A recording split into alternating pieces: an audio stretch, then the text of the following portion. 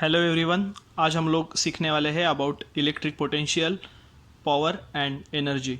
Last lecture में हम लोगों ने सीखा था about relation between voltage, current and resistance. Now what is electric potential? Electric potential is nothing but voltage. तो हम लोग क्या बोलते हैं? It is nothing but work done upon charge. Now what is work done upon charge? अभी मैं आपको एकदम सिंपल एग्जांपल में बताता हूँ। देखो, अभी सेम एज के दो लड़के हैं।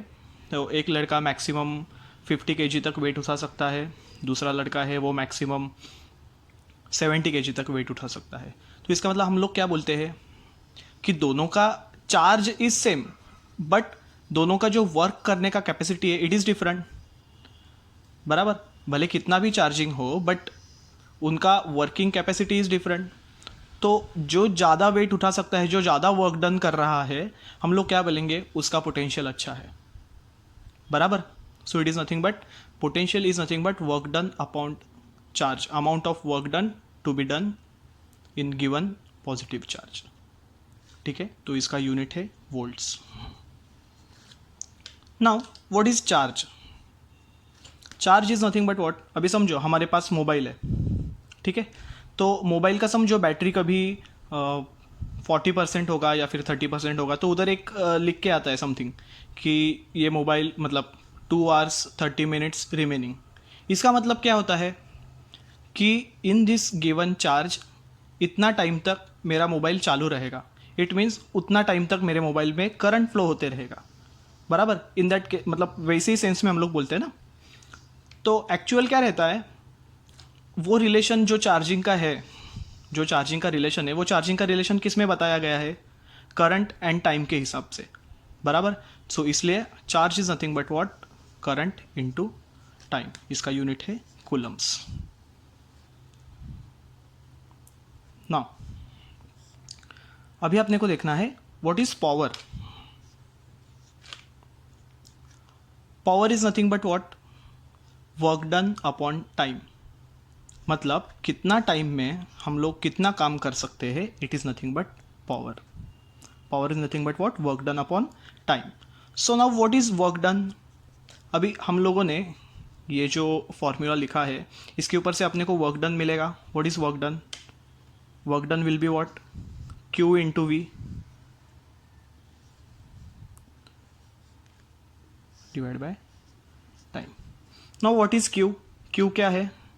Current into time. तो हम लोग ऐसे लिख सकते हैं,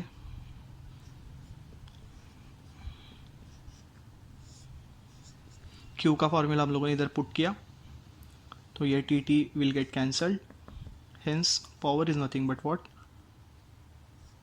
V इंटू आई। नाउ ये जो पावर है, ये पावर हम लोग किस में लिखते हैं? ये जो पावर है, ये पावर हम लोग किस में लिखते हैं? किलोवाट में या फिर वॉट में? वॉट में या फिर किलोवाट में। ये हमारा पावर का फॉर्मूला आ गया। बराबर। ना ना व्हाट इज एनर्जी? एनर्जी मतलब क्या होगा? अभी जो पावर हम लोग कितना टाइम तक लगा सकते हैं, that is nothing but energy. बराबर। हम लोगों को अभी कोई भी एक चीज़ एक जगह से दूसरी जगह तक लेके जाना है। बराबर। तो समझो मैंने एक बॉक्स इधर से मैं इधर तक मुझे लेके जाना है। बराबर। मैं समथिंग फोर्स अप्लाई कर रहा हूँ उसको लेके जाने के लिए। ठीक है, फोर्स अप्लाई कर रहा हूँ और ये जो मेरा फोर्स रहेगा वो मुझे कितने टाइम तक उधर पहुँचा रहा है, उसका मतलब मैं उतना एनर्जी अप्लाई कर रहा हूँ। अभी हम लोग जो एनर्जी बोल रहे हैं मतलब क्या? कि कितने अमाउंट तक हम लोग ये पावर लगा रहे हैं। बराबर, मतलब कितने टाइम तक ये पावर अप्लाई कर रहे हैं। So energy is nothing but what? Power into time, और you can say V into I into T. अभी इसका यूनिट कैसे बनेगा? देखो, पावर का यूनिट क्या है? किलोवाट। टाइम का यूनिट क्या है? आवर्स। तो हम लोग इसको कैसे लिखेंगे? किलोवाट आवर्स, KWH, और WH वॉट आवर्स या फिर किलोवाट आवर्स। तो ये हो गया हमारा रिलेशन। जैसे हम लोगों को पहले पोटेंशियल निकालना है, फिर हम लोगों ने चार्ज निकाला, फिर हम लोगों को पावर पता चला, फिर हम लोगों को एनर्जी पता चला। फिर दोस्तों ये आपको वीडियो कैसा लगा वो कमेंट बॉक्स में ज़रूर बताइएगा। लाइक करें, सब्सक्राइब करें, शेयर करें। Thank you.